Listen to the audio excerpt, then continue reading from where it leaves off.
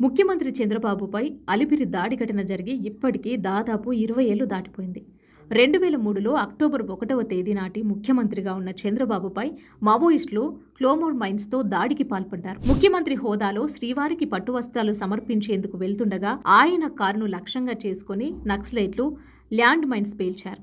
అయితే ఆ car bullet proof car కావడంతో చంద్రబాబు, ఆయనతో పాటు ప్రయాణిస్తున్న నేతలు ప్రాణాలతో బయటపడ్డారు. శ్రీవారి దయతోనే తాను క్షేమంగా బయటపడ్డానని అప్పట్లో చంద్రబాబు అన్నారు.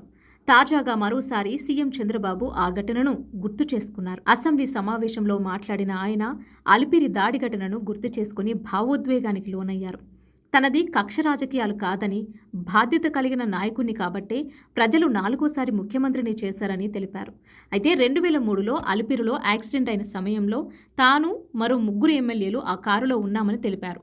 యాక్సిడెంట్ తర్వాత లేచి తానే అంబులెన్స్లో పడుకొని పక్కనే ఉన్న అధికారులను ఏం జరిగిందని అడిగితే వారు నక్సల్స్ బ్లాస్ట్ అని చెప్పినట్లు చంద్రబాబు తెలిపారు. దాదాపు 23 క్లైమోర్ బ్లాస్ట్ చేసినా తాను భయపడలేదని, రాష్ట్రం కోసం తన ప్రాణం పోయినా పర్వాలేదని నాడు చెప్పానని గుర్తు చేశారు.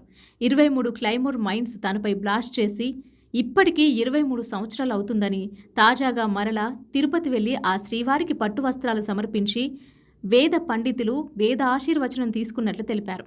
23 క్లైమోర్ మైన్స్ తనపై బ్లాస్ట్ చేస్తే అదే 23 సంవత్సరాల తర్వాత మరలా శ్రీవారికి పట్టు వస్త్రాలు సమర్పించడం అనేది కేవలం ఆ వెంకటేశ్వర స్వామి మహిమ వలనే జరిగిందని చంద్రబాబు తెలిపారు. తానేం నక్సల్స్కు వ్యతిరేకం కాదని, నక్సల్స్ ఇంకా పాత సిద్ధాంతాన్ని కొనసాగించవద్దని ఆనాడు చెప్పినట్లు సీఎం చంద్రబాబు తెలిపారు. నక్సలైట్లందరూ జనజీవన స్రవంతిలోకి రావాలని ఆనాడు కోరినట్లు తెలిపారు.